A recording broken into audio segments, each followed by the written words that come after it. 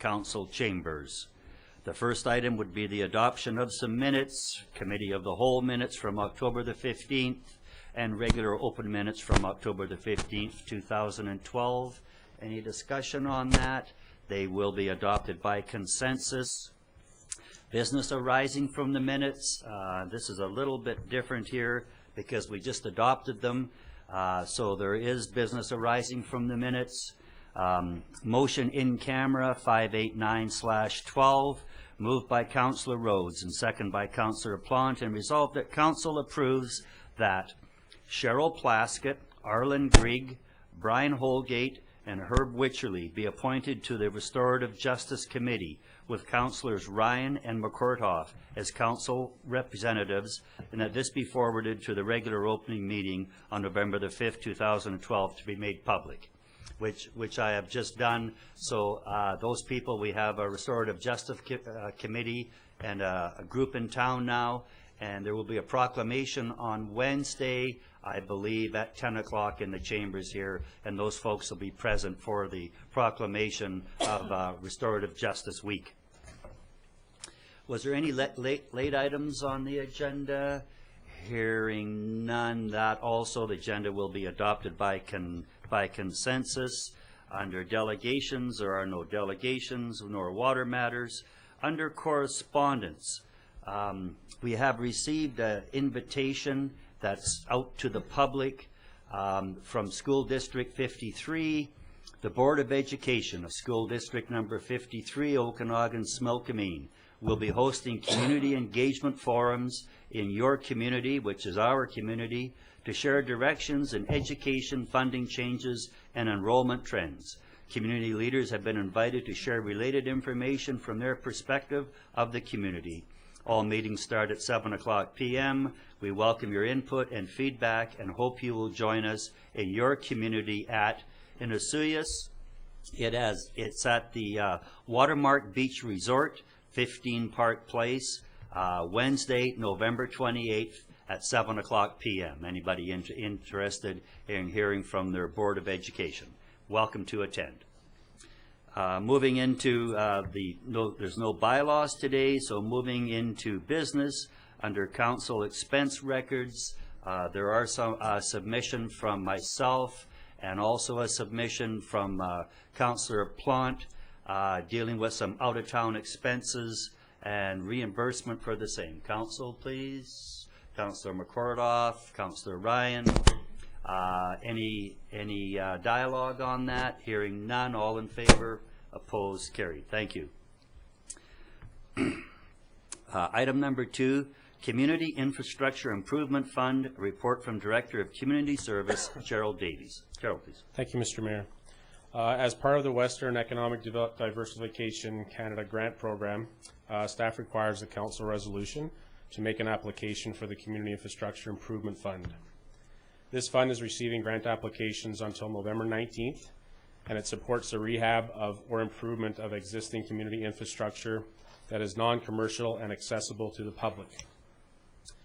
Community infrastructure related to community centers, recreation facilities, parks, or other infrastructure assets which have a local community impact are applicable. As part of the improvements related to Jack Shaw Gardens for the potential splash park, staff felt that it would be a great opportunity to make improvements to the washrooms and fencing at Jack Shaw Gardens. If this site is approved for splash park, these upgrades will be required. Staff is in the process of obtaining a quote for these improvements. The grant will not exceed 50% of the total project costs to a maximum of $250,000. Some of the improvements include fencing on site, washroom, building exterior completely repainted to match our new washrooms, and complete tear out of existing washroom fixtures. In terms of implications for the community, improvements to this area will enhance the park and general use of the area, especially if the splash park is approved. In terms of organization, staff time dedicated to the administration of the grant process. In budget, it will be established and approved by council as part of our planning session. And sustainability improvements will adhere to all existing sustainable recommendations. In terms of options, number 1, for council to approve staff to apply for funding for the upgrades of the washrooms and fencing at Jack Shaw Gardens as part of the Western Economic Diversification Community Infrastructure Improvement Fund Number 2, for council not to approve these upgrades at this time as part of this grant opportunity. And number 3, for council to approve another project for this grant opportunity. And staff is recommending option number 1. Thank you, Mr. Davis. Council, please. Councillor Rhodes. Thank you, Mr. Mayor. So I'll move option number 1 exactly the way it's worded in the report. Okay, and seconder, Councillor McCordoff. And anyone speaking to the motion? Any dialogue? Councillor Ryan, please.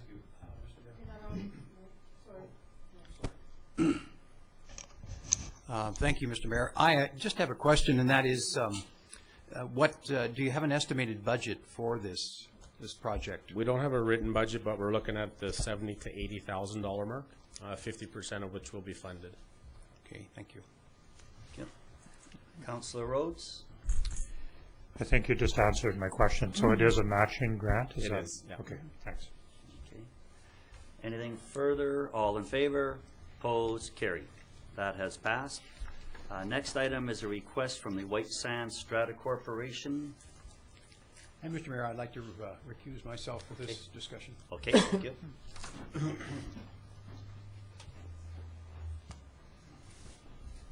Councillor Ryan is a part of that Strata Corporation, so. Mr. Romanko, please. Thank you, Mayor Wells. On September 21st, 2012, the White Sands Strata Corporation sent a letter addressed to Mayor and Council requesting that Council consider upgrading the 5 decorative street lights fronting their development and the decorative street lamps currently in place to street lights that are similar with the properties both north and south of the development. True Consulting reviewed the request and provided some history, and their report is attached within this report. The street light bases would not need to be replaced as they work on the town's decorative street lights. The replacement of the existing decorative lamps would reduce the opportunity for vandalism to the lights and bring consistency to the visual aspect of the lights in the area. In terms of implications, installation of the street lights are requested would improve the appearance of the street.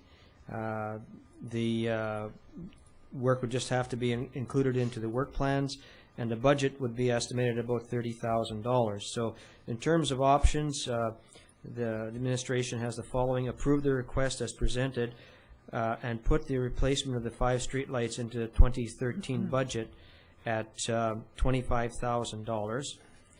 The second option is to approve the request as presented and put the replacement of the 5 street lights and the 1 David style street light into the 2013 budget at $30,000. 3, bring the request forward to town's budget meeting for council consideration. 4, request that the White Sands development contribute 50% of the cost to the street light upgrades fronting their development in the amount of $12,500. And number 5 is deny the request to upgrade the street lights. And the administration recommends option 3 and 4. Thank you, Mr. Romanko. Council, please. Councillor Plant. Yes, thank you, Mayor. I would like to go with the recommendation of 3, bringing the request forward to town's budget meeting for council consideration. I know we're also recommending 4, but I feel that maybe at that time when we've got a full picture, we can decide on even percentage of contribution and so forth, and how it fits into the budget. So I'm recommending 3. Okay, thank you. And the seconder, Councillor. I'm sorry, Councillor Rhodes. How many years? Thank you for thank you very much. Any further discussion on that? I guess I've got a comment. It's a little bit of a difficult situation. This wasn't just sort of jump right in, because they were put up probably as part of the development in the 90s. But when you go through the whole report and you realize that they're on town land and they're being powered off of our existing street light system, I think it sort of comes down into whose they are, and so when you look at the recommendation of maybe going halfway or something, that's a possibility, but I like where you are now as we take this forward into budget deliberations.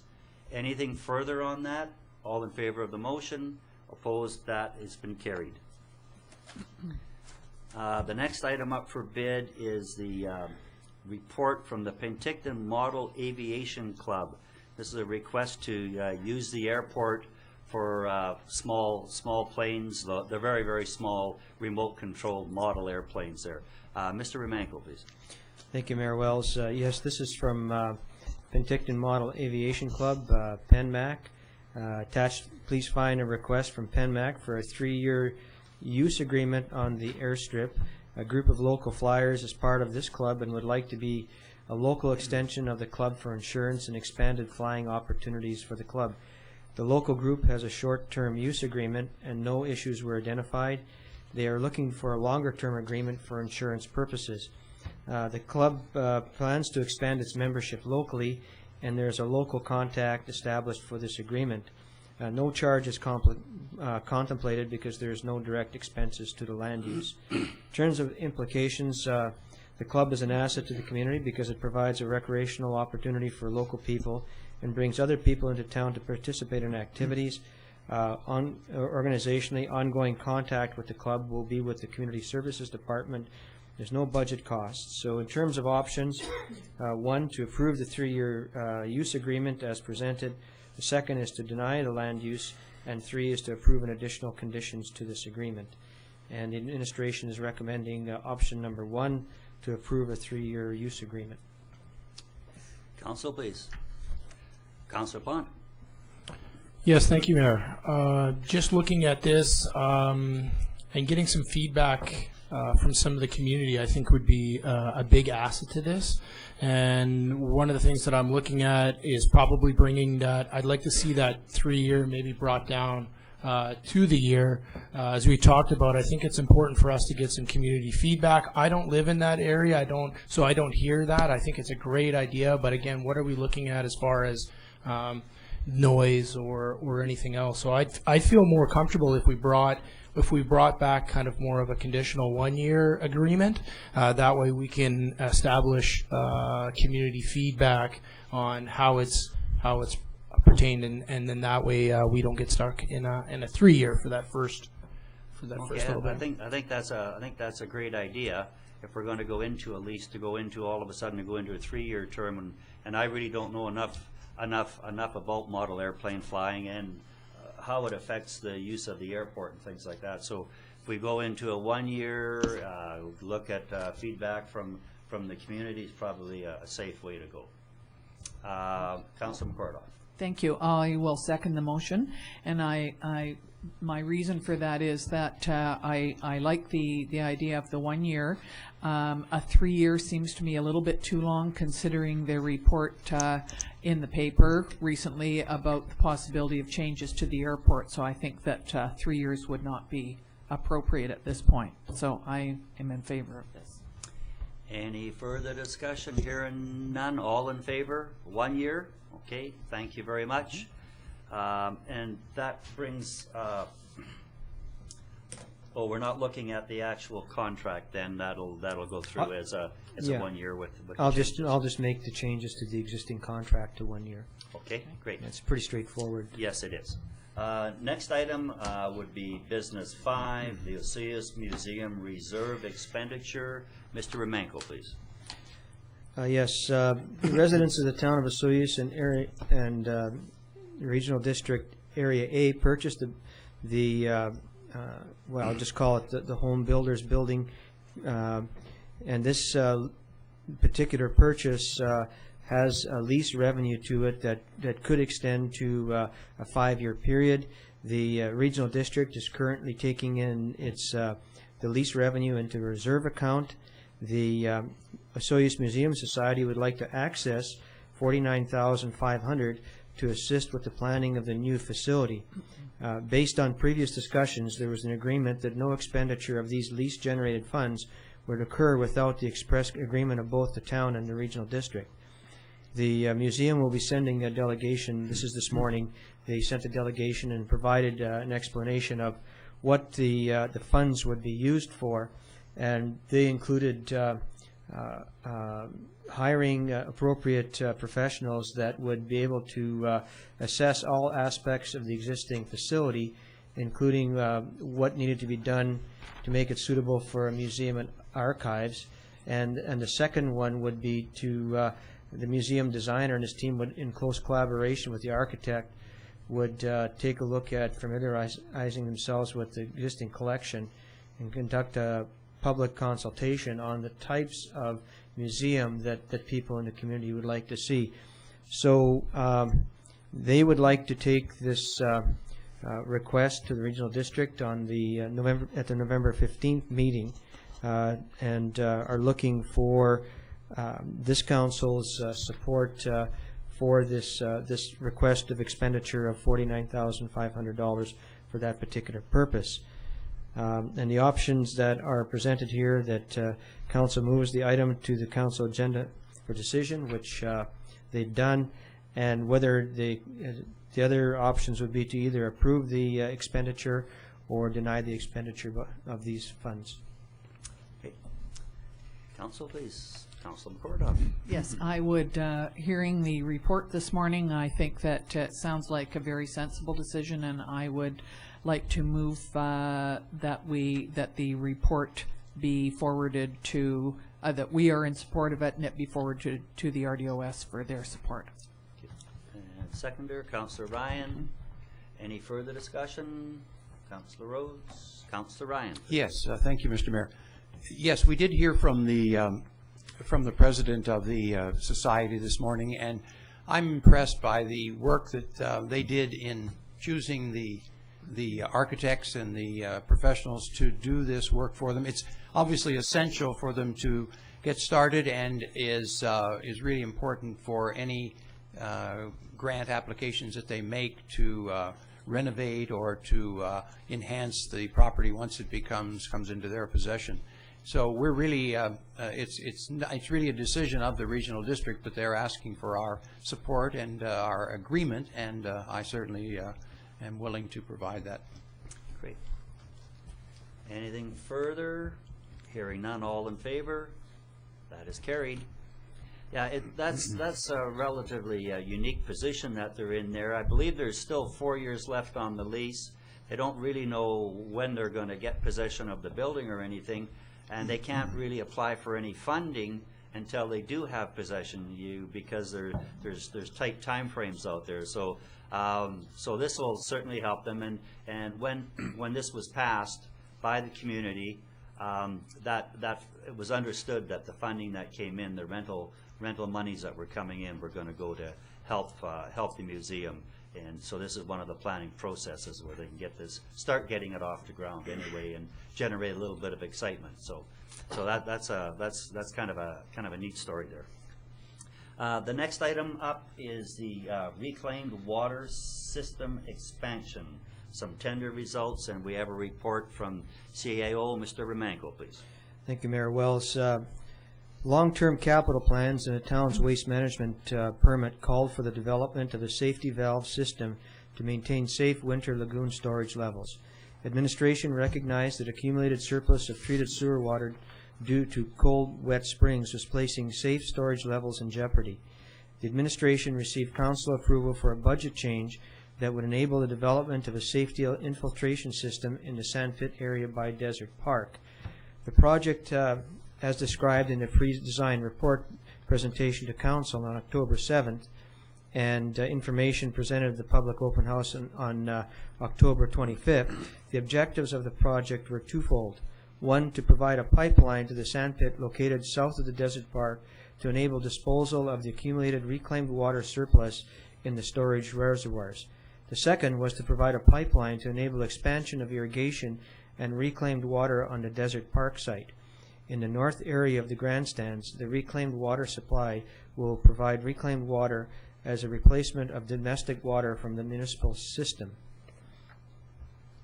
Public feedback on the project was negative for reasons identified in the attached report. Therefore, other options were considered within the scope of the attached report from True Consulting. The attached report is an overall assessment of the situation and provides for options for Council's consideration. The administration is supportive of the information presented in the report. In terms of implications, the community has identified concerns in the suggested implementation of this project. The report speaks to mitigating these concerns, but also provides suggestions to the broader community concern of having sufficient capacity to store winter sewer water accumulations. The organization is extremely concerned about the need to address the accumulated surpluses in a controlled manner that will meet the needs of all parties. The organization is also aware that it is accountable for ensuring that no lagoon capacity issues place the community in jeopardy. The report provides options that are within the original budget that was approved for the project. And I'll just dig into the report. And part of the report talks about what has been the trends in the last while. Since the detailed design of the project was initiated in mid-August, the urgency of the project for disposal of reclaimed water surpluses has reduced. There's a chart here. As indicated above, the warm, dry weather in the first 3 weeks of October enabled Public Works to reduce the increased volume in storage from 45,000 meters on September 10th to 8,000 meters on October 19th.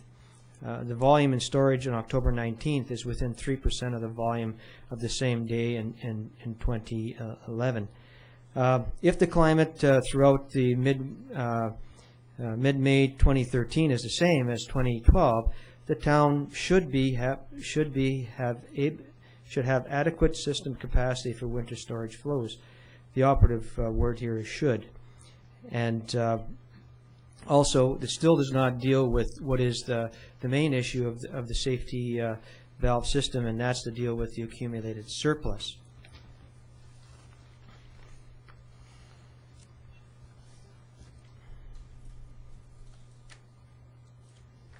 So just looking at the recommendations of True Engineering, they have provided 4 options, and just by starting with recognizing the status as of October 19th of accumulated surpluses and available winter period storage capacity and the concerns of the residents of Dividend Ridge neighborhood, the following represents our opinion of options available to Council in terms of contract award for the reclaimed water system extensions. Option number 1, reject all the tenders. Option number 2, award contract as tendered. Option 3, revise design to eliminate infiltration basin, add subsurface disposal system, and negotiate with Superior Excavating. And 4, award pipeline components only. Not included in the above list of options are construct on the site of sludge dewatering tubes, and 2, construct high-capacity dry wells on the Desert Park. And I'll just speak to True's information here on those 2 projects, because I know that those were projects that were brought forward by the public, and they may not be party to the report, even though it is on our line. Commenting on these 2 options, the sludge dewatering tube site. This site was identified by Dividend Ridge area residents as the preferred site primarily for cost reasons. Assuming that pipelines will be built to supply reclaimed water for irrigation purposes to the south end of Desert Park and the secondary school irrigation services, the additional cost to provide an infiltration basin with perimeter fencing for each site are: the sandpipe pit area is $22,110, and the sludge tube site is $27,100. From the above, the sludge tube site would not represent a lower cost for construction of an infiltration basin. The sludge tube site, which is also known as the test orchard, as described in the question and answer insert in the Osoyoos Times, is a valuable site for future public use. The second option that was proposed by the public, high-capacity dry wells on Desert Park. Constructing a dry well system as deep as 8 meters has been suggested is not considered practical. The town has 2 existing dry wells in the area of the suggested site. Operating experience suggests that the capacity per unit is not consistent with the high capacity concept. Infiltration basins are intended to be cleaned on an as required basis to restore infiltration capacity. The high capacity dry wells, as suggested, could not be cleaned in the same way as a basin can. Related to the four options previously, we offer the following comments. Option 1, reject all tenders. Risk is that storage reservoirs will reach maximum levels before irrigation of significant volumes is initiated in the spring of 2013. From the same starting point in the fall of 2011, winter storage was adequate through the spring of 2012, although reservoirs exceeded 95% full. And I can tell you that our public works people were very concerned about this particular situation, that they were dealing with a 5% capacity issue. Close monitoring of levels throughout the winter is suggested. If projections suggest inadequate storage volume, the most convenient resolution option would be to implement irrigation on Desert Park. Normal irrigation of Desert Park represents a quantity of 400 meters or 400 cube per day. Continuous irrigation of Desert Park represents the opportunity to dispose of more than 1,200 cubes per day. If this strategy were implemented, the infield area of the Desert Park would have to be closed to the public. So basically all our spring use, i.e. soccer, ball, would have to be discontinued to enable this to happen. The design, tender, and construction of the reclaimed water booster station and the main supplies to the school and airport would have to be fast-tracked to be available in spring to assist with disposing of accumulated surpluses. Volume reductions that were originally intended to be achieved by infiltration would now have to be proposed to be achieved by irrigation. Option 2, award contract as tendered.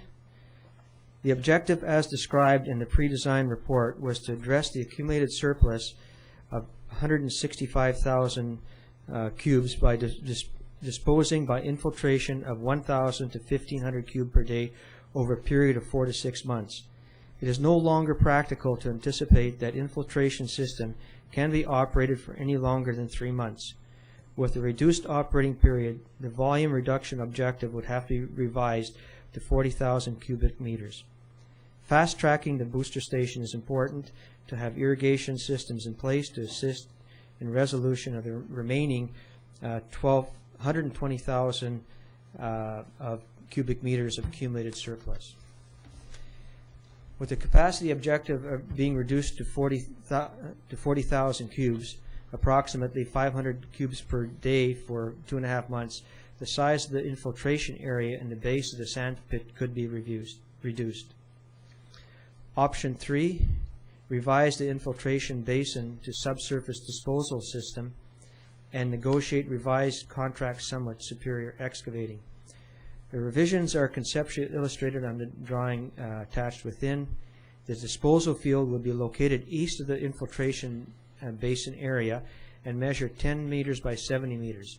Reclaimed water would be distributed by a layer of drain rock 0.6 meters in thickness and distributor pipes.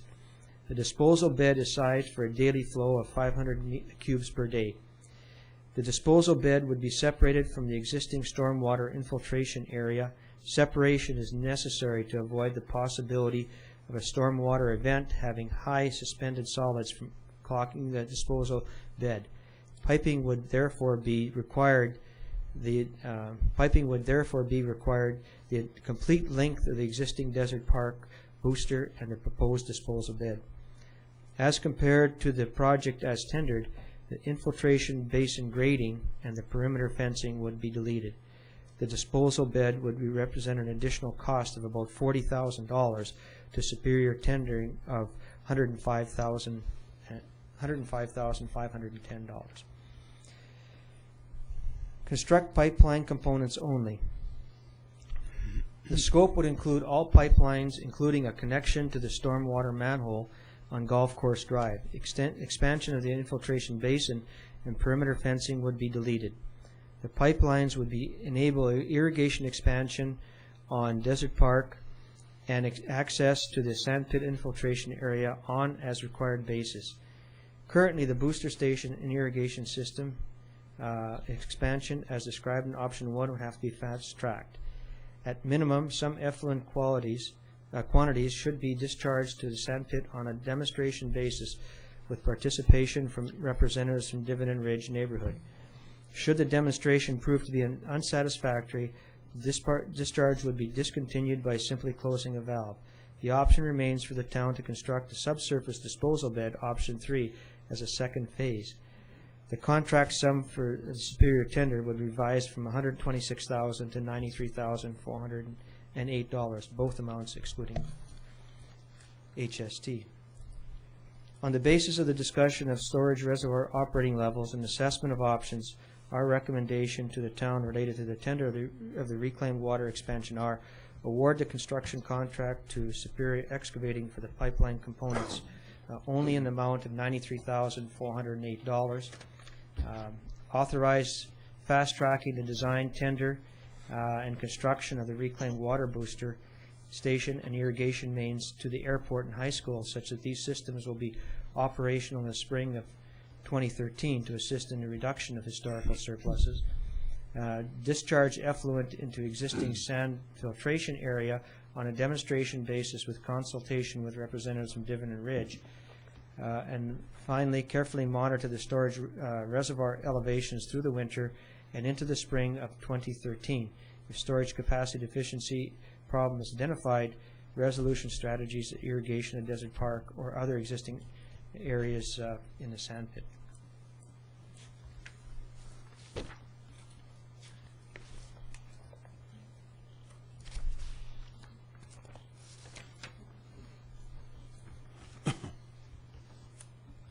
Let's get back to the report here.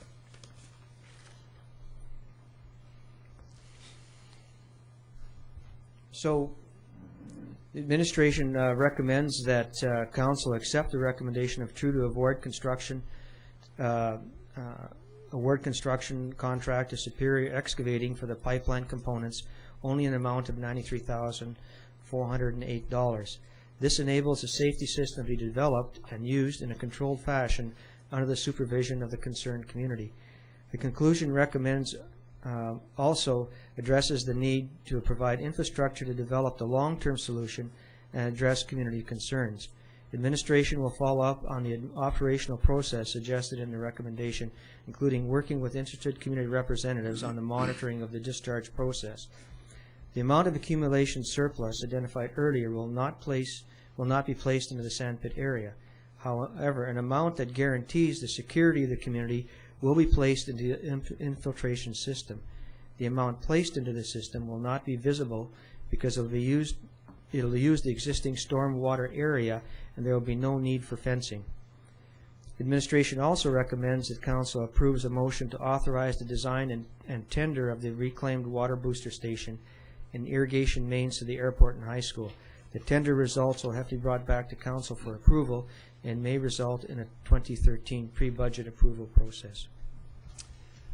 Thank you, Mr. Romanko. What are Council's wishes on this? And I think I'm going to sort of just stick my chin out on this one here. Sometimes the mayor has to do that. I would hope that through this process it's going to be metered. I would really like to see the whole input, that whatever is going down there to be metered so that we can make that recommendation or make that information available to people. Secondly, I don't think I could support anything unless it was underground. So if there was the one there that was, I believe, item 3, I think that's the one that I could live with, where there wouldn't be a visual and there wouldn't be a smell. And there's a $40,000 cost associated with that, roughly. That 40 and the 93 to get the pipe there, we're still under that original budget. It may not be what everybody wants, but to me I see it as a bit of a compromise situation where you don't have to look at it, you're not going to smell it, it is going to be there, it is going to be monitored, part of this report, the volume that's going to go into that pit isn't going to really affect a lot. Part of this report was fast tracking to the airport, and that will take place. We will be looking at budget implications there. We do have some money in the sewer surpluses, and we can start doing some work towards that. I know that may be not the most popular situation, but to me it's something that I could live with, and basically I've received all the letters and heard all the people up there. So I will now turn this over to council, and we haven't kicked this around at all, so we'll see where council's going to go with it. Who would like to jump up? Councillor McCordoff. Thank you, Mr. Mayor. I was at a funeral in Toronto last week, which is why I was not at the meeting up at the golf course. So I cannot comment from that point of view, but I do feel that there has been a lot of work put into this, a lot of thought, and we've certainly had the engineer look at all the different issues, and my feeling is that that what he has come up with makes a lot of sense to me, and hopefully to the people that are up at Dividend Ridge. So I am feeling comfortable that we fast track the sending the reclaimed water up to the high school and the airport, and that we put in, as the mayor said, an underground pipe to get rid of some. But we do need a safety valve, and I feel that this is a very good option.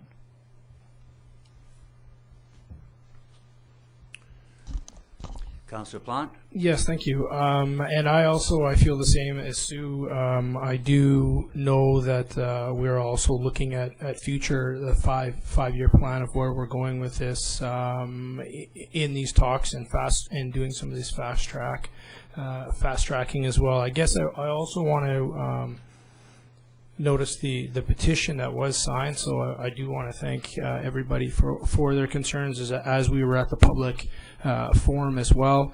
The petition also brings up a concern about a future lagoon, so I would like to make sure that that is on there, that will not happen in that area. So when we do this, I would like to have that that is never been thought of and won't be a spot where we're putting a lagoon. So I'd like to add that, if I could, as well, to when we do that. We can get that wording for sure. Councillor Ryan, please. Yes, thank you, Mr. Mayor. Well, I think this is a very good report, and I think it addresses very much so the concerns that were raised by the members of the community. So I would like to propose that a resolution that we accept the option 3 that Mr. Underwood has proposed to us, to revise the infiltration basin to become a subsurface disposal system and negotiate with a revised contract sum with Superior Excavating. And I would also include some of the things that are mentioned, that we additionally fast track the design and tender and construction of the reclaimed water booster station and irrigation mains to the airport and high school, so that they'll be operational in the spring of 2013. And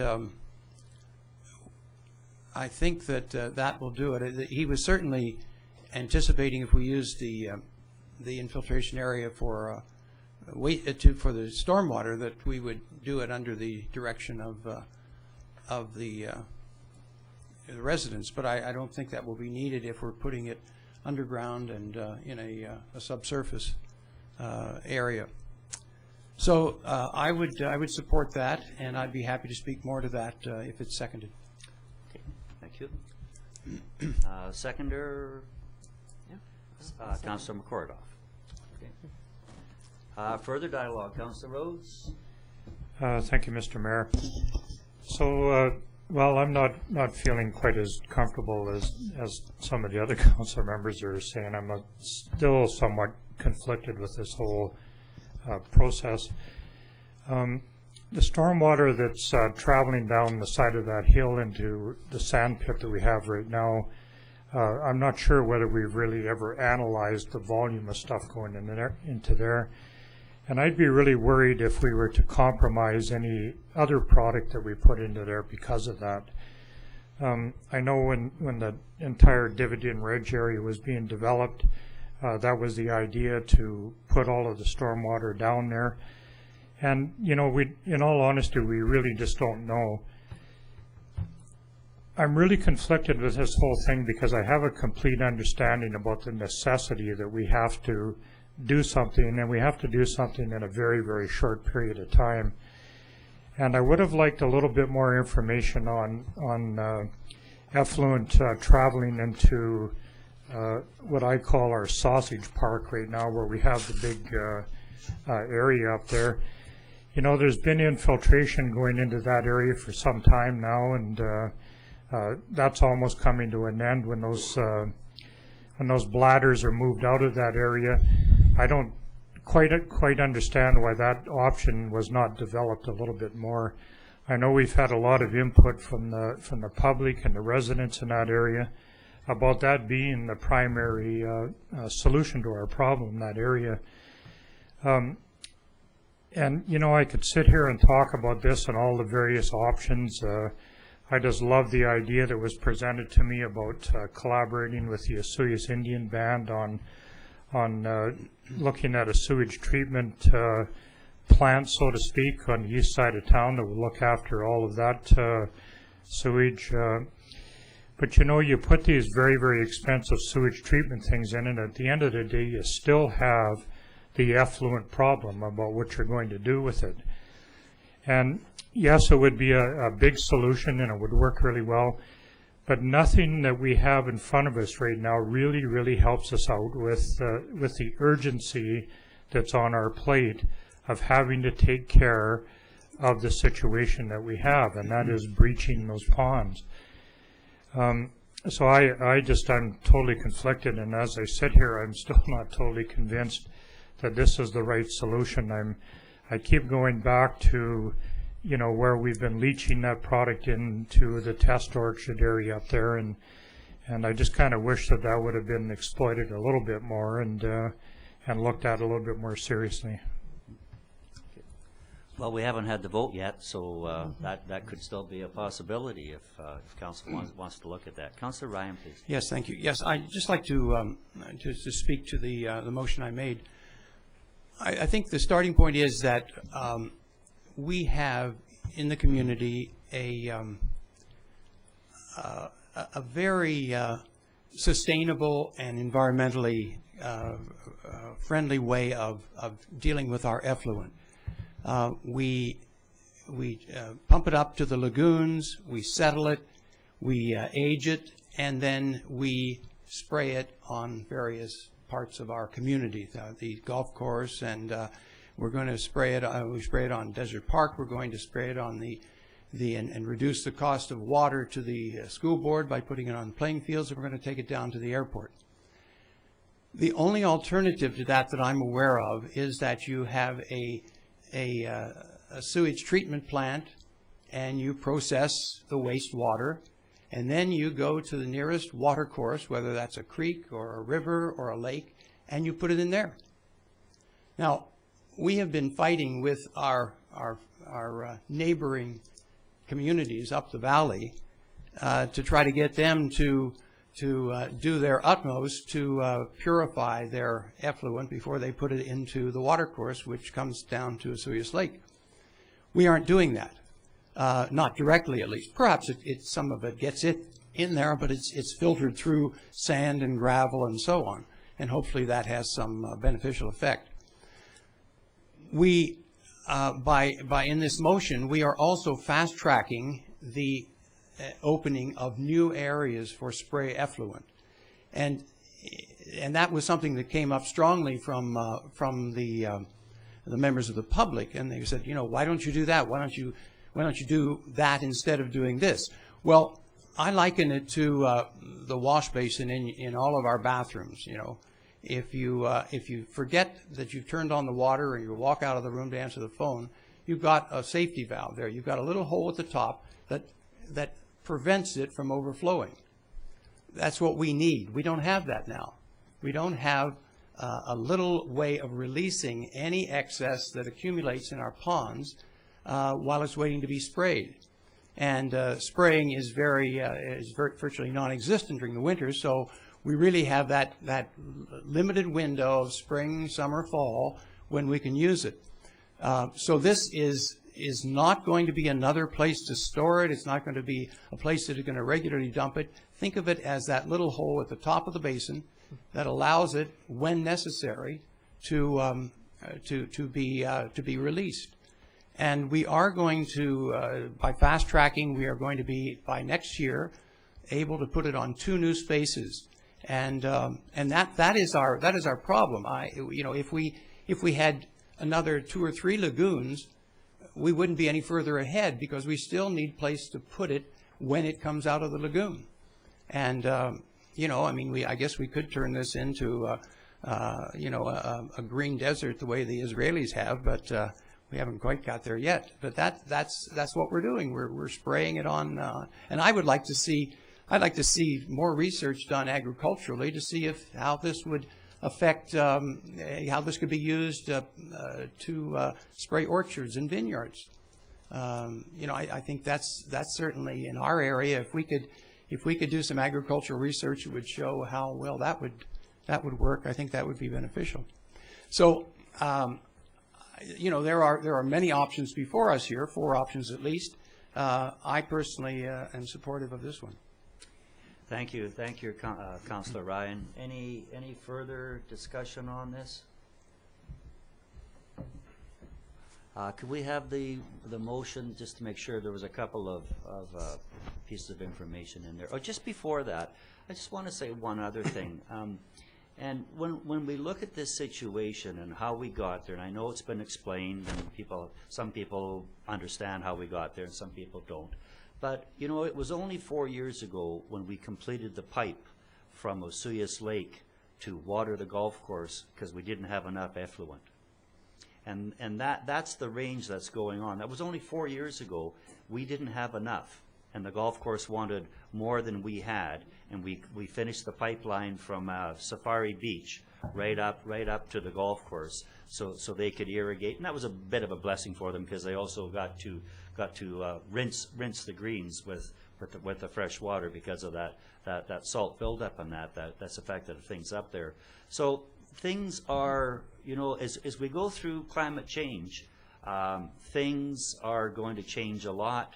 And once again, I just think that this allows us to meet your basic level of ask. When I went to all those public hearings in people's houses, there was an ask out there that this be the bottom level, and I think we've delivered. We're certainly trying to be good leaders here.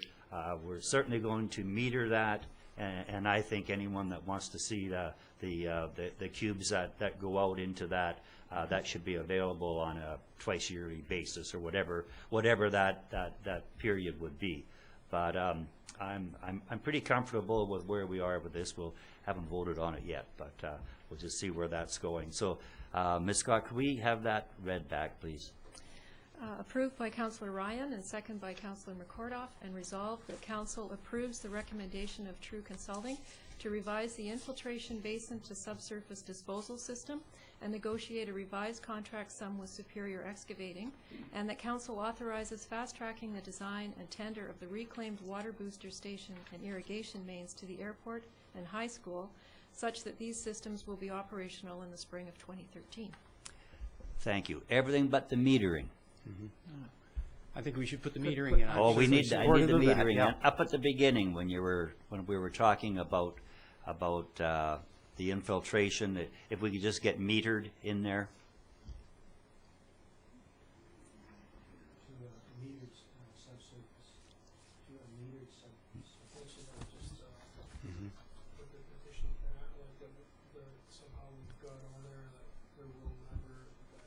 Oh, right. Oh, yeah.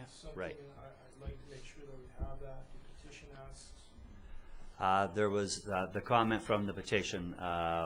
Councillor Plant wants it on there that that will not be used for a lagoon. Is there some wordsmithing? We need an additional motion. Okay, let's. Okay. Well, we got a mouthful there now. We're talking after. Okay, we'll just do it as a right after this. Okay. Yep. Okay, so we're there, Councillor Ryan. I just wanted to point out, I had asked Ms. Scott to put up the drawing, and it's there's a lot of lines on there, but perhaps we could just, oh yeah, there is a little marker, just show where this subsurface area is that we're talking about. Yeah, so that's it. It's going to be crushed rock on top, about almost a half a meter, a little more than half a meter, and then it's going to have pipes below that will disperse it. Thank you. Okay, thank you. Any further discussion? Heading for the question. Any further discussion? All in favor? Opposed? Motion carries. Councillor Plant? Yes, thank you, Mayor. I just wanted to add, how do I do that? Am I putting a motion in Yeah, here? you're making a motion. That we answer the petition. The petition question was that they were concerned about this being a future lagoon, and I would like to verify that it is not going to be, and somehow that we can give them that. Okay, that could be that the area known as the sand pit never be used as a effluent lagoon. Yes, thank you, Mayor. Councillor Rhodes, that's a seconder. Any further discussion on that? All in favor? Opposed? That's carried also. Thank you very much. Brings us into business and the reclaimed water system. Here we are here. Thank you. And we're looking on reports, general Sun Bowl Arena and payroll accounts, paying some bills. The general fund in the amount of $598,000. I'll just take a bit of a break if people want to exit. Thank you. Thank you.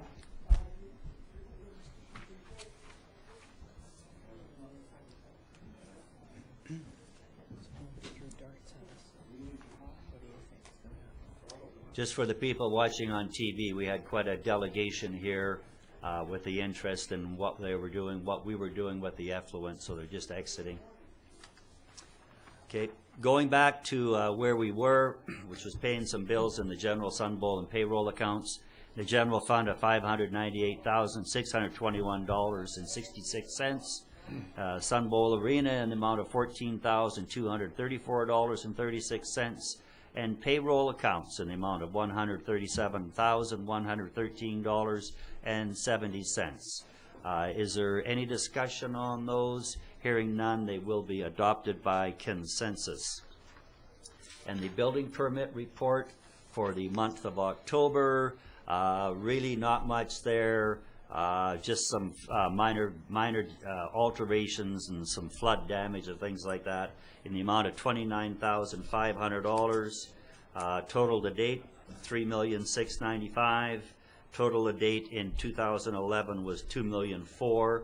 So it has been up quite a bit, and I'll have a motion to receive. Councillor Rhodes McCordoff, all in favor. That has been received. Committee reports. There's a committee report here from the Safety Committee. Mr.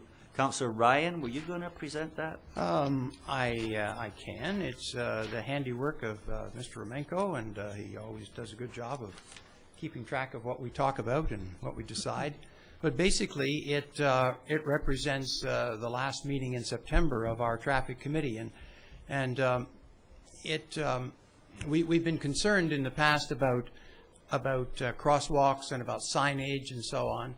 And I would just point out two things here that are quite important. The first is the major presentation at that meeting was by two people from the Ministry of Transportation, and they were the sign experts, and they told us about a program they have for particularly the entrance to communities on provincial roads, and also other signage within.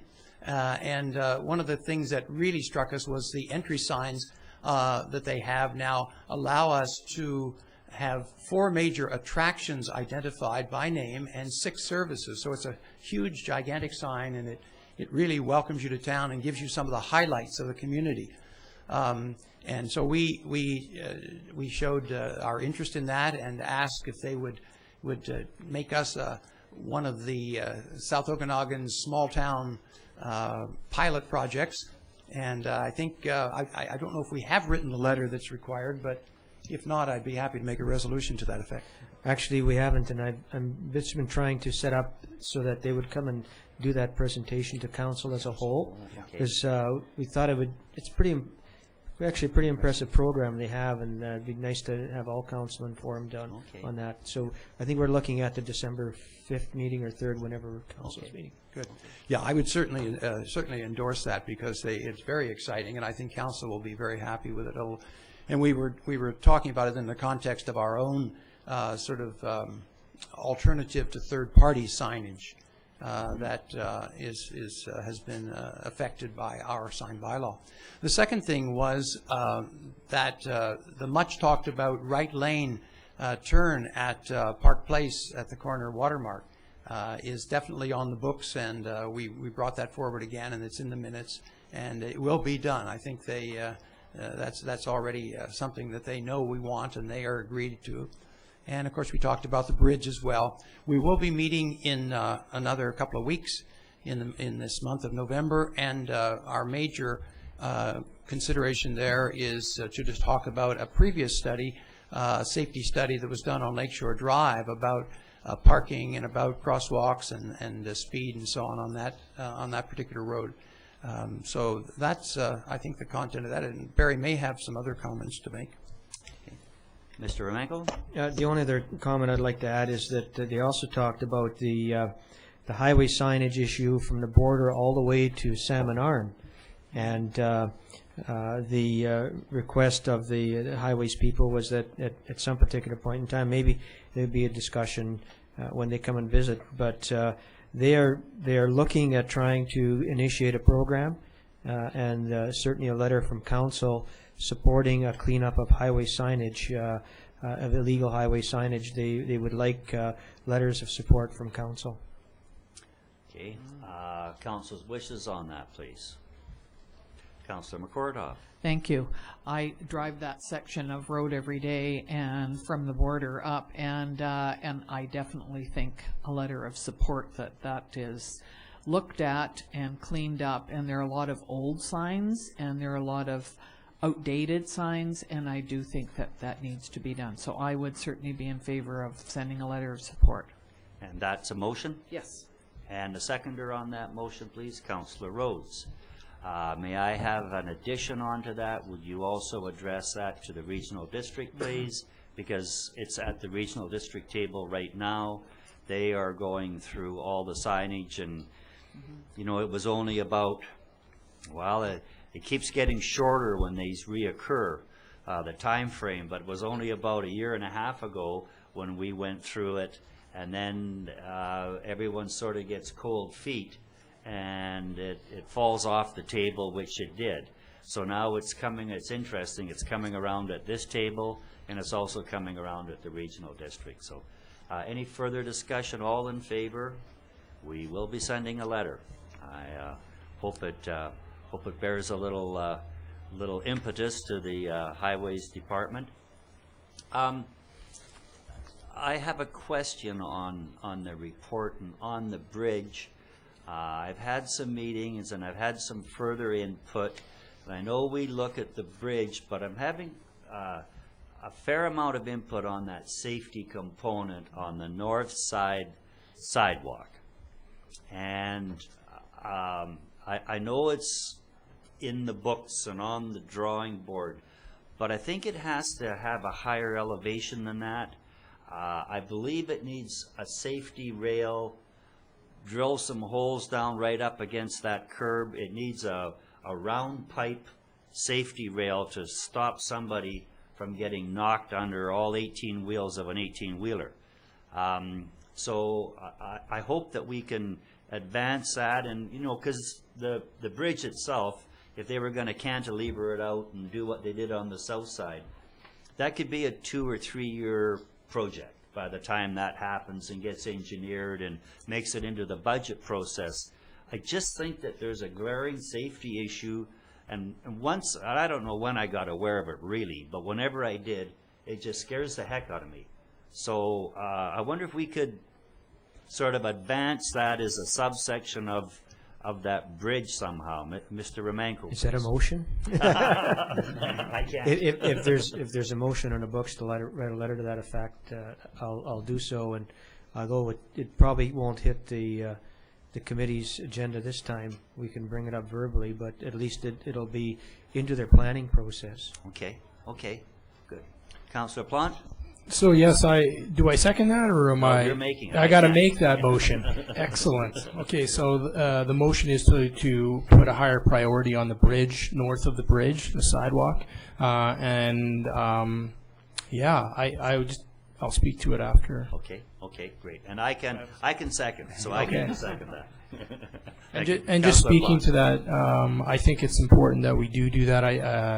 Especially when we talk about the traffic in the summer, we need to make sure that we're keeping that area as safe as possible. We've got enough things that happen along that bridge side already. So I just like to see. I agree with you. I think it needs to be a little bit higher priority than maybe some of our other things. So thank you. Yeah. Okay. Thanks for that resolution. And you know, when you see it sometimes, you know, we got grandmas over there and babies and kids and then we got young guys on longboards, and it just gets with nothing there and a very, very narrow sidewalk. Like I say, it makes me shudder. Anything further? All in favor? That is opposed. We'll get that letter away. Okay, and the CAO report, Mr. Romanko, please. Thank you, Mayor Wells. Just a few of the activities of the administration over the last couple of weeks, starting in the Community Services Department. And the Halloween Howl was a howling success with over 200 participants. Gerald would like to thank the Osoyoos Elks for their generous donation, high school grad class, and the Desert Dog Agility Group. Again, Gerald spent some time developing a grant, which we discussed earlier in this meeting.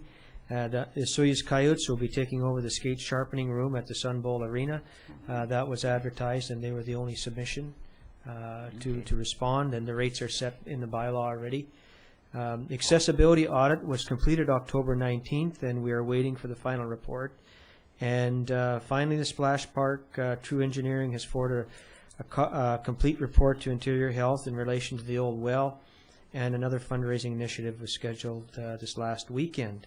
In corporate services, you've seen some of the handiwork of our smart board training that we received last week, and that also held was an action tracking review with council members, and scheduled social media training will be occurring for our website committee through a webinar.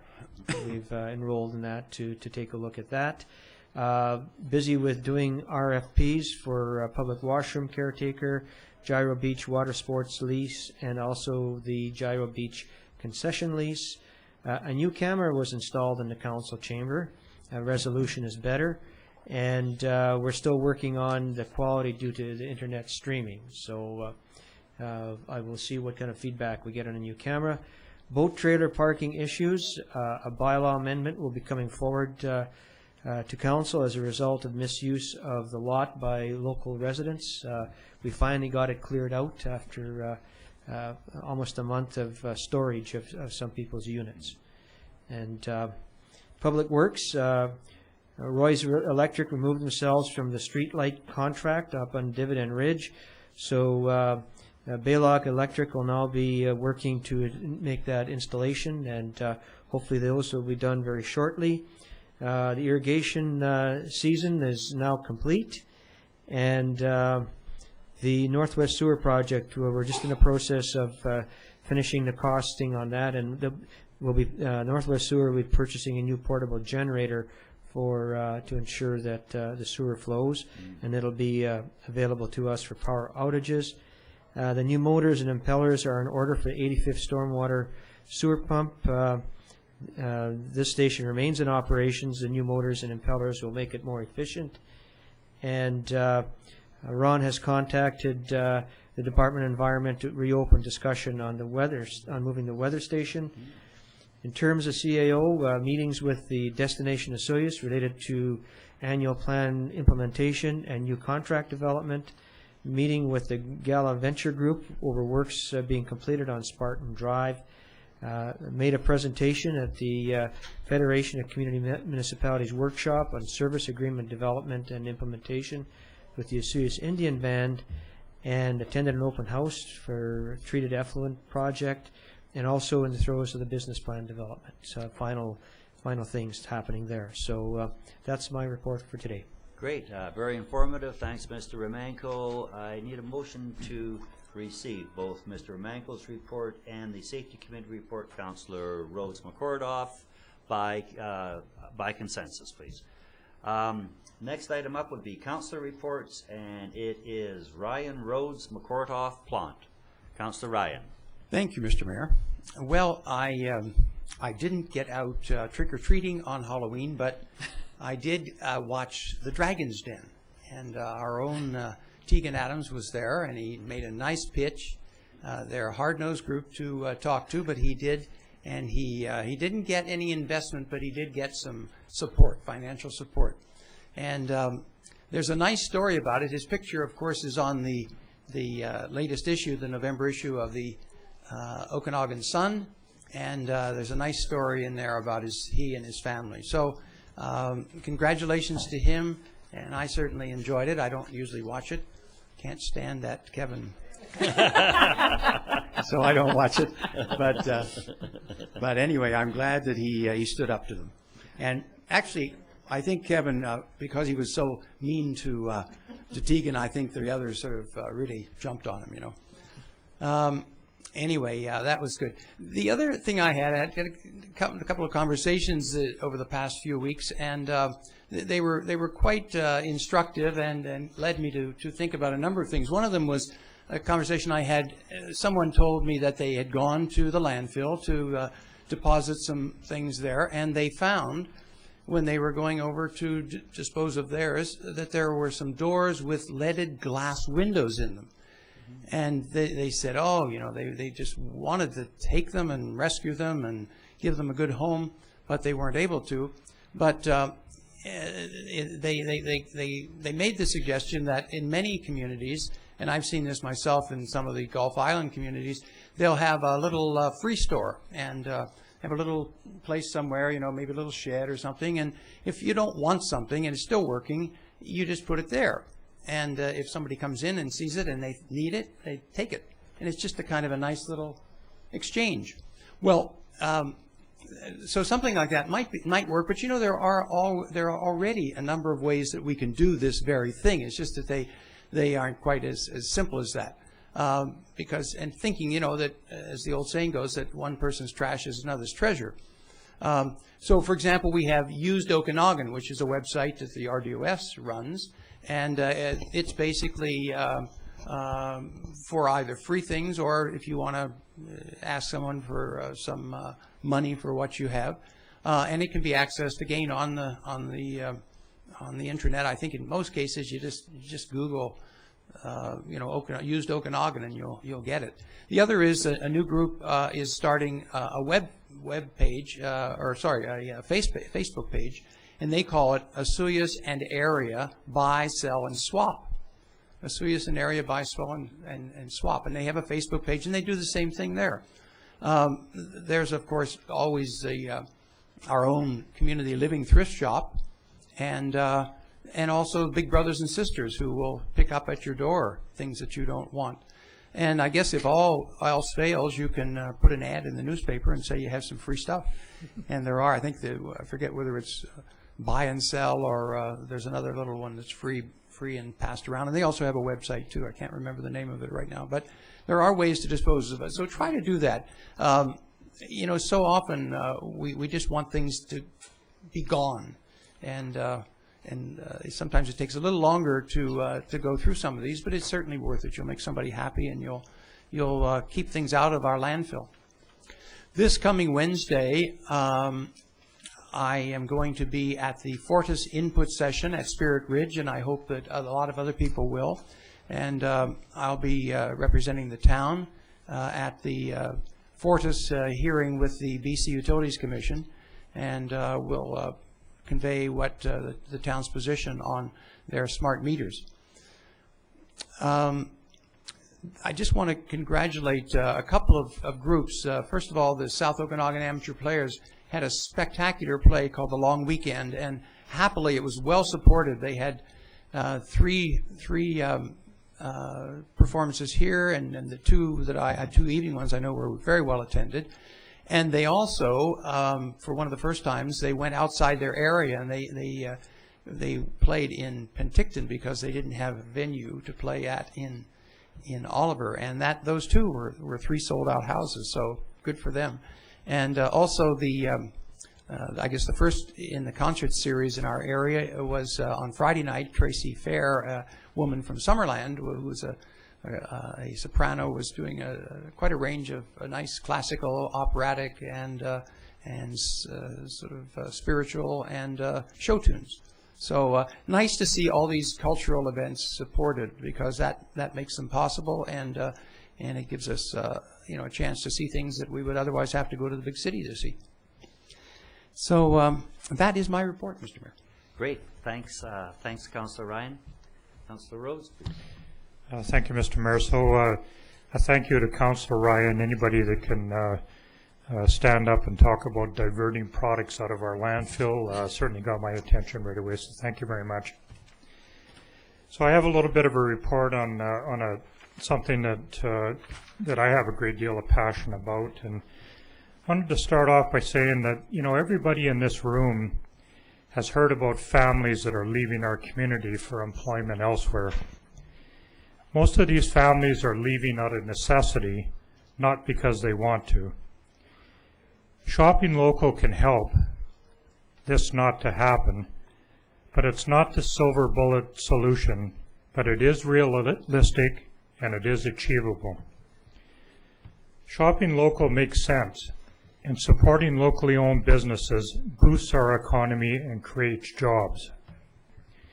A short time ago, I read an article with interest about the ongoing rivalry between the Canadian Union of Public Employees and the Canadian Federation of Independent Business. These organizations are powerful and influential in our day-to-day living. It's widely known that they don't agree on many public issues. Let's be frank, none at all, really. Their differences are legendary. But there is one thing which they agree on and share a very, very strong position. Both agree in and firmly support the promotion of strong local economies and the importance of choosing to spend our dollars at local independent business. For years now, QPBC and the CFIB, the two organizations I just previously mentioned, have advocated spending your dollars at locally owned, independent business because doing so keeps those dollars in our community longer, generating additional economic activity and additional jobs. It's widely known that small and independent local businesses are mighty job creators.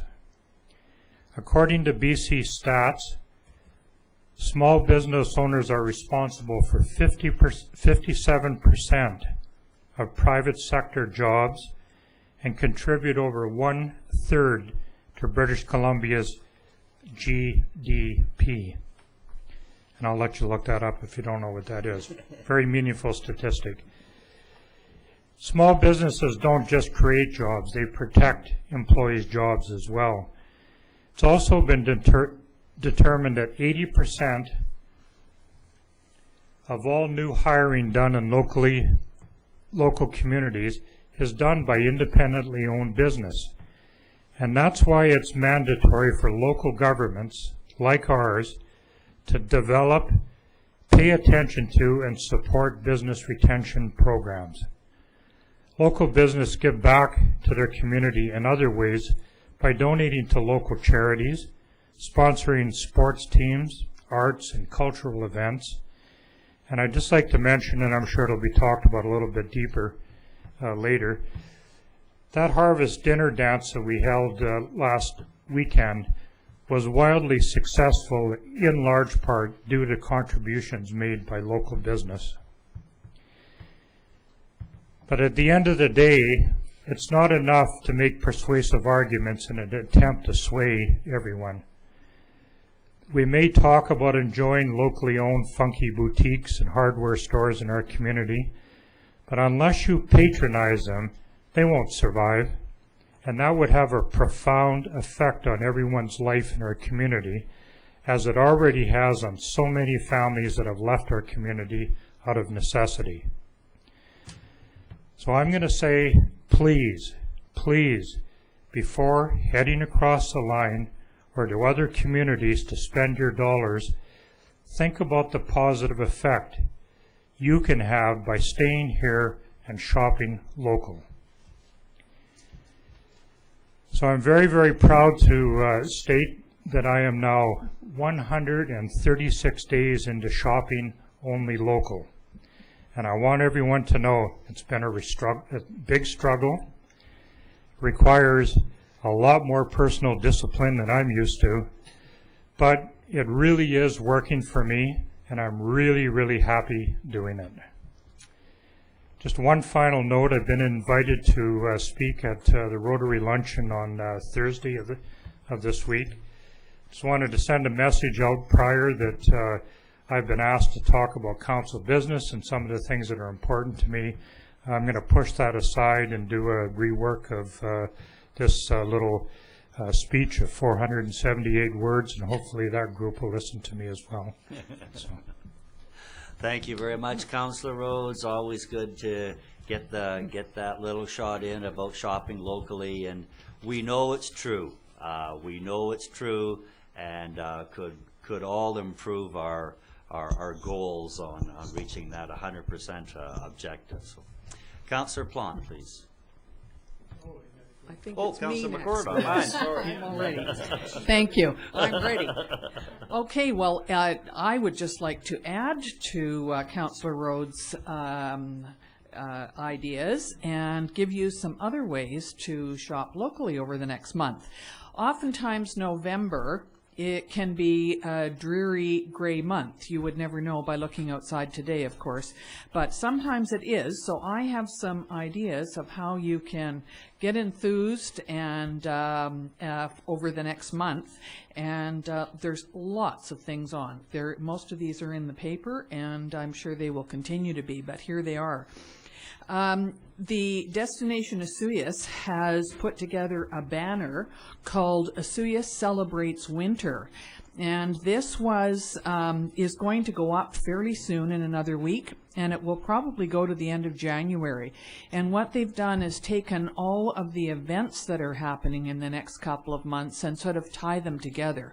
So rather than have Christmas light-up banner up for a week, we're going to have Osoyoos Celebrates Winter up. So every time people go by, they can have a look at it and be reminded.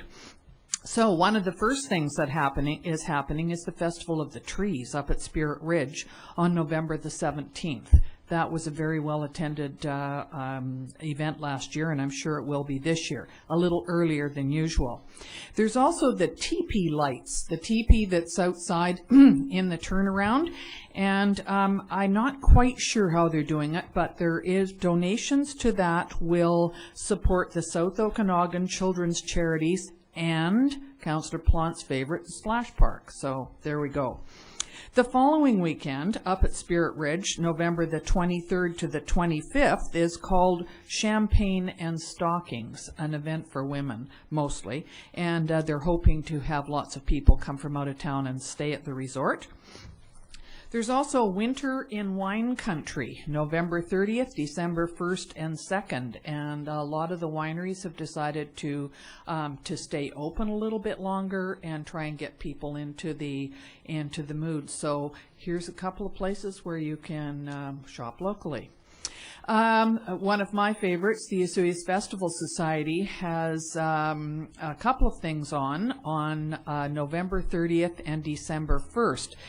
As a matter of fact, it's quite a busy weekend because on November the 30th, there's a Toys for Tots that is sponsored by the Kiwanis and Smitty's, and with other groups helping. I know the Seroptimists do as well. But Smitty's makes a breakfast available for anybody who would like to bring in a toy or money donation.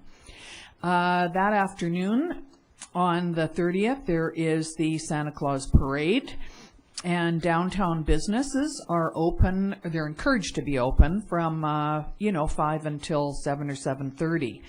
That night, on November 30th, as if you didn't have enough to do, we also have Miss Santa's Night Out, and that's at the Sonora Center, and that's sponsored by the Grads. Great places to shop. On December the 1st, which is the Saturday of that first weekend, there is a craft fair at the Legion, sponsored by the Osoyoos Festival Society and the Kiwanis. Great place to get Christmas ornaments and baking and chocolates and so on. There's also at the child care have sponsored a breakfast with Santa and pictures with Santa, and that is at the Old Elks Hall, the church on the highway. The Baptist church, yes. And then that evening, December the 1st, at the Sonora Center, is the redone Chez Femme, which was sponsored by the Seroptimists. And it is a dinner and fashion show, new and upgraded, a very glitzy event. So lots of things to do. I think that there is also a hockey game that night, so there's a wide variety.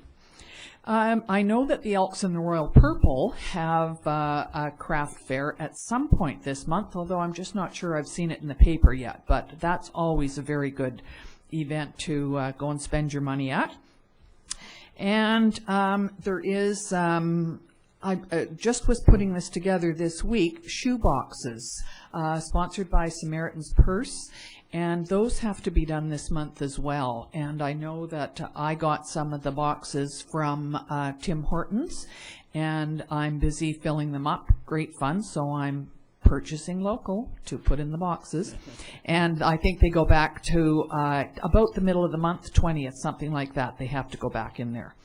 And one last thing is the Councillor Ryan mentioned the concert that was up in Oliver.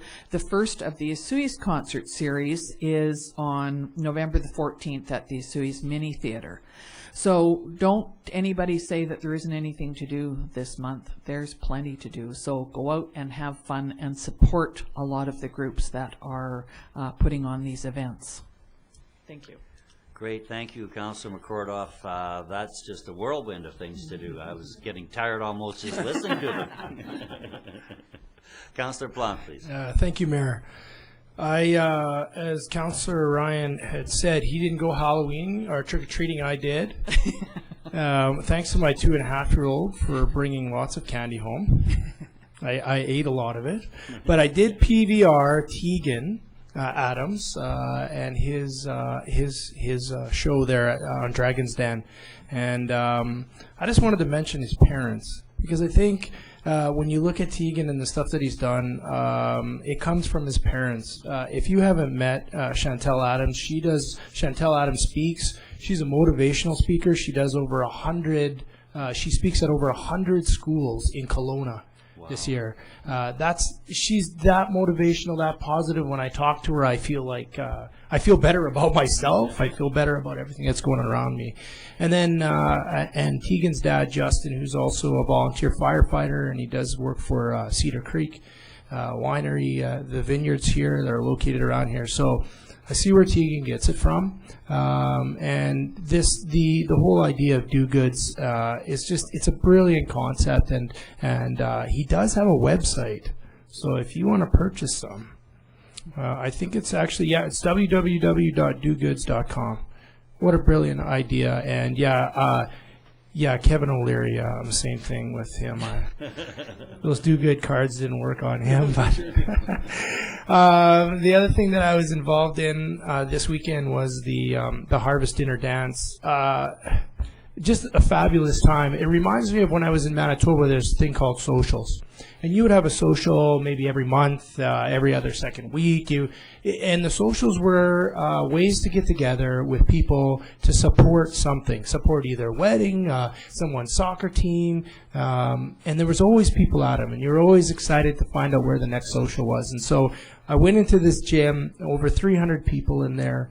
And, just everything from TDC Catering, Troy did fantastic with the food, to Miss Cheryl and Miss Aaron over at the Child Care Center. They did just a fabulous job organizing it. The profits are going to our Child Care Center. They're also going to our new Splash Park. They also went to the Royalty. We did a fantastic job at the front entrance, and then our grads also, who helped us out doing some busing and some cleaning up. So, and then the other thing I always want to say is we had a silent auction, and so we had all these great items coming from, again, local businesses from this area. I feel like we hit them up so many times, and they keep giving. And that's the kind of community we have. They continue to give, and I was just really excited about how that whole night went. I couldn't say much more about it. Just be ready for next year again. It's going to happen. People were excited the minute they left, ready for the following year. So it went really well. And then yesterday I just did a little thing with the Legion Veterans Dinner.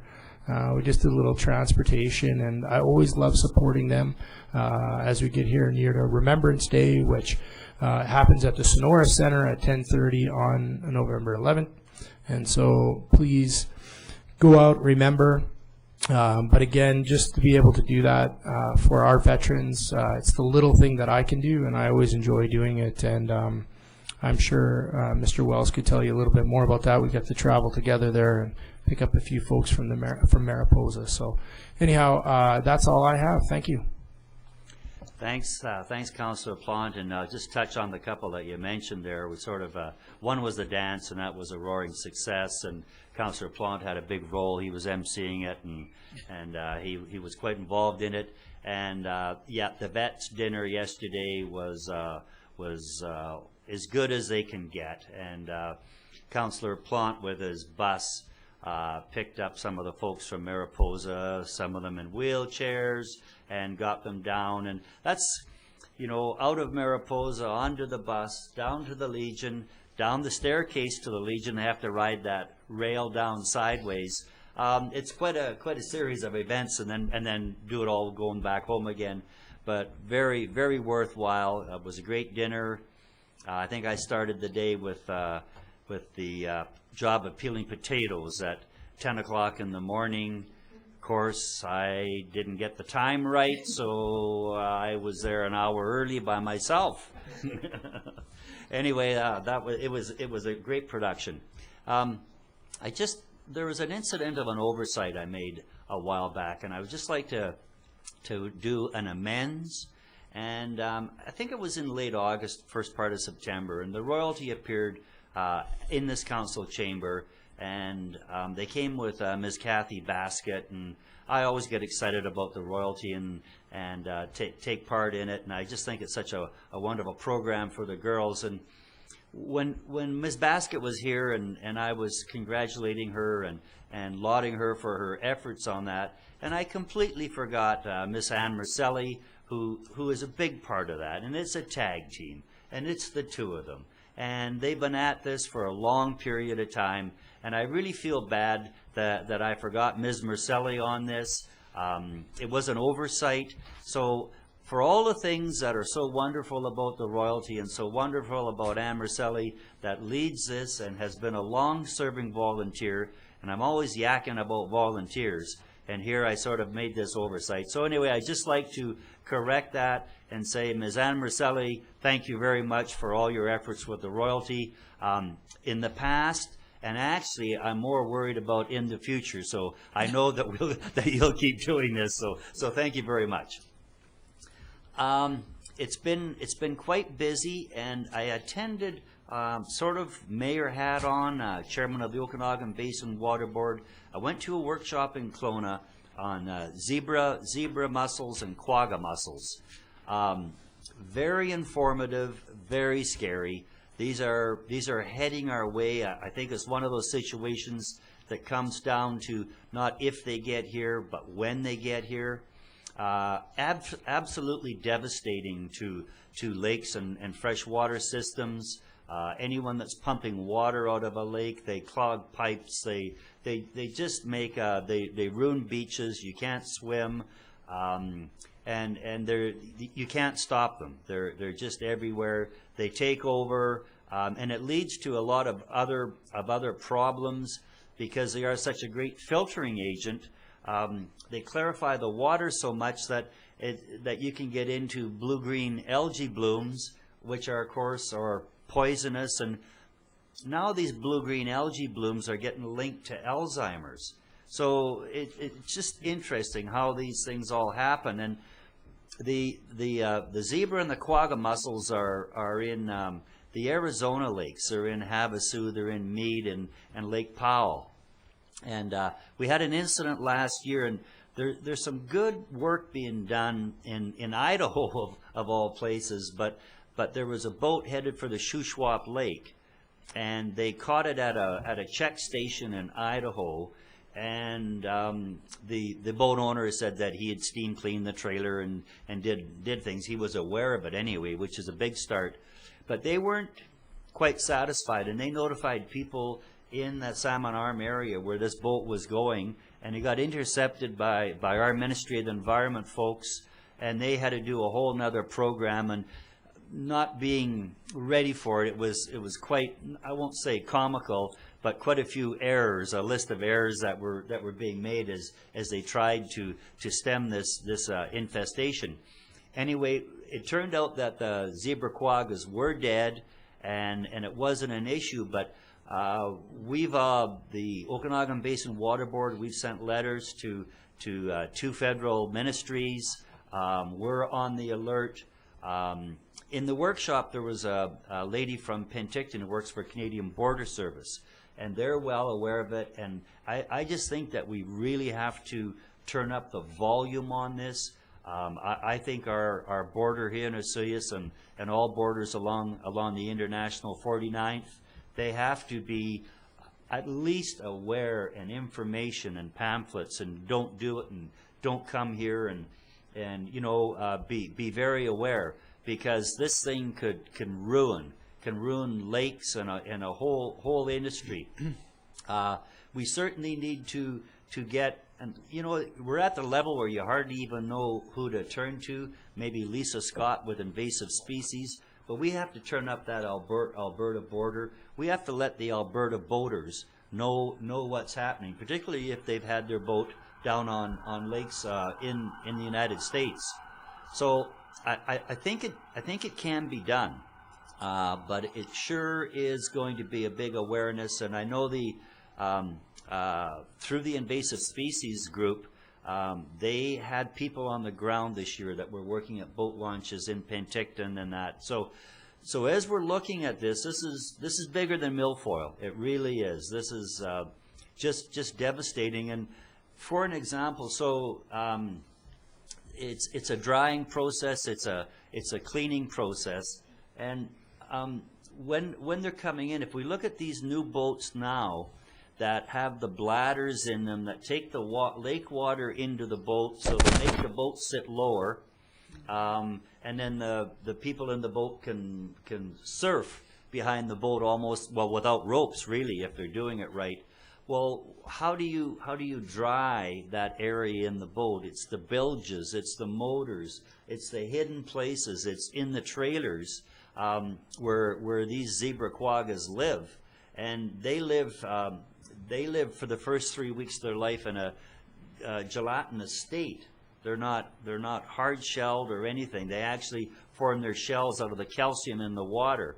So it's actually very scary, and I'm going to try to set up with the invasive species people. I'm going to try to set up maybe an early hour at a COW meeting, or a half hour at a committee of the whole meeting here, and try to get some more information out because it's so important to people in the Okanagan and all of our lakes. So I'll see if I can get something working on that. So thank you for that indulgence. I've been busy. There's been quite a few citizens have come in with different issues.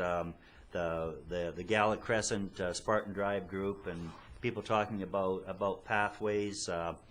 Council went on a tour of all our facilities on the town bus, and I think that was very interesting. Certainly, I'm sure it was for the new councillors. We were in sewer lift stations and water pumping stations, and Desert Park. Desert Park could probably be billed as the magical mystery tour.